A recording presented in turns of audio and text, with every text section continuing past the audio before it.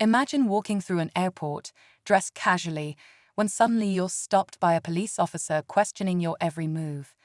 That's exactly what happened to a black man at a busy terminal, but there's a twist no one saw coming. The officer assumed the worst, treating him as a suspicious character, only to discover that the man wasn't just any passenger. He was the CEO of the very airline operating the flights. In this unbelievable encounter, the tension escalates quickly, leaving everyone watching stunned by what unfolds next. Was this a case of racial profiling, a misunderstanding, or something even deeper? What happens when the truth comes out, and how does the officer react to realizing who he's dealing with? This shocking story will have you questioning assumptions, power dynamics, and what happens when appearances deceive. Stay tuned to see how this surprising turn of events changes everything. As the officer stood firm, demanding identification, the man calmly explained he was on his way to an important meeting. But his words seemed to fall on deaf ears. Other travelers began to slow down, their curiosity piqued by the unfolding scene. The man, dressed in a simple jacket and jeans, didn't fit the officer's expectations of someone in a position of power.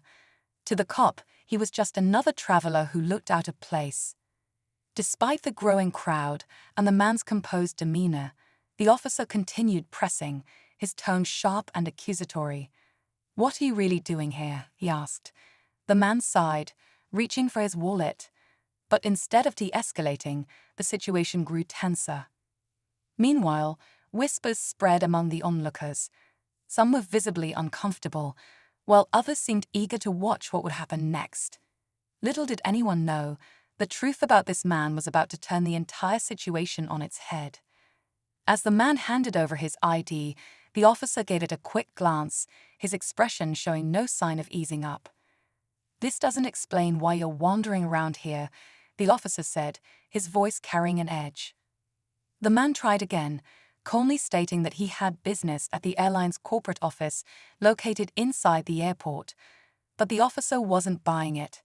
His suspicions seemed rooted in something deeper, something that made him unable, or unwilling, to believe the man's story. Nearby, an airline employee overheard the exchange and hesitated before stepping closer.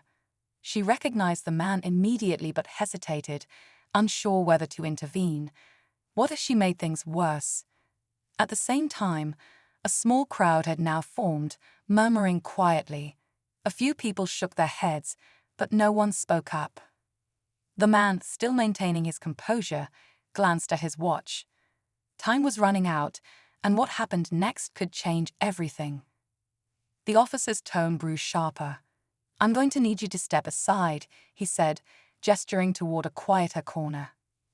The man, still calm but visibly frustrated, complied without protest. As the tension in the air thickened, the murmurs from the crowd grew louder.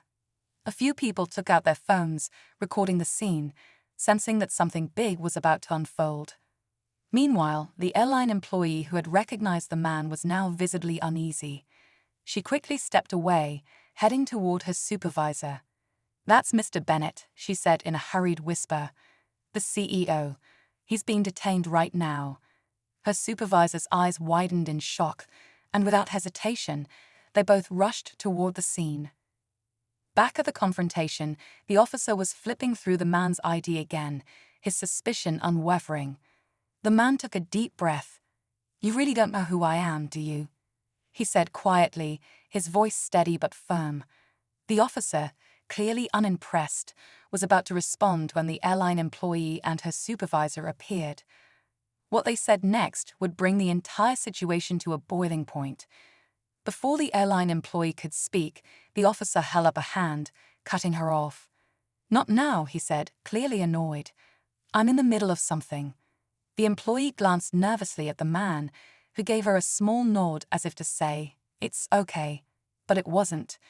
The crowd was growing, and the tension was becoming unbearable. Suddenly, the supervisor stepped forward, raising her voice just enough to command attention.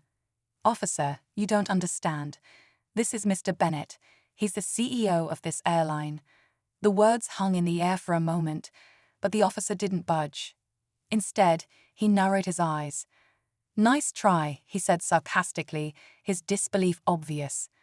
"And I suppose you're his assistant." The supervisor, stunned by the response, quickly pulled out her phone and began dialing. Meanwhile, the man remained silent, his patience wearing thin. Just as the call connected, a uniformed pilot pushed through the crowd, stopping short when he saw who was involved. "Mr. Bennett," he said, his voice carrying a mix of surprise and concern. The officer froze, the realization starting to sink in, but the moment was far from over. What happened next would shock everyone watching. The officer's face turned pale as the pilot's words confirmed what everyone had been trying to say. "Mr. Bennett is the CEO," the pilot repeated, his tone sharp with disbelief. The murmurs from the crowd grew louder, a mix of shock and quiet outrage filling the space. The officer took a step back, fumbling for words, but before he could speak, Mr. Bennett finally broke his silence. "I tried to tell you," he said calmly, his voice steady despite everything that had unfolded. "I oversee every flight, every decision, and every team at this airline." He gestured to the growing crowd. "And now I oversee this moment." Just as it seemed the situation had reached its conclusion, Mr. Bennett turned to the airline employees. "Thank you for stepping in, but there's one more thing to address." He looked directly at the officer, his expression unreadable. "We need to talk about why this happened." The officer stammered, trying to explain himself, but Mr. Bennett raised a hand. "Save it," he said, his voice calm but firm. "I'll be filing a report, and I'll make sure the truth is documented." Then, in a surprising twist, he added, "But I'll also recommend training, because this isn't just about me. It's about making sure no one else has to go through this." As Mr. Bennett walked away, the crowd parted silently, their phones still recording. The officer stood frozen, left to grapple with the weight of his actions. It was a powerful reminder that assumptions can lead to consequences far beyond what anyone expects. As Mr. Bennett disappeared into the terminal, the crowd began to disperse, some shaking their heads, others still whispering about what they had just witnessed.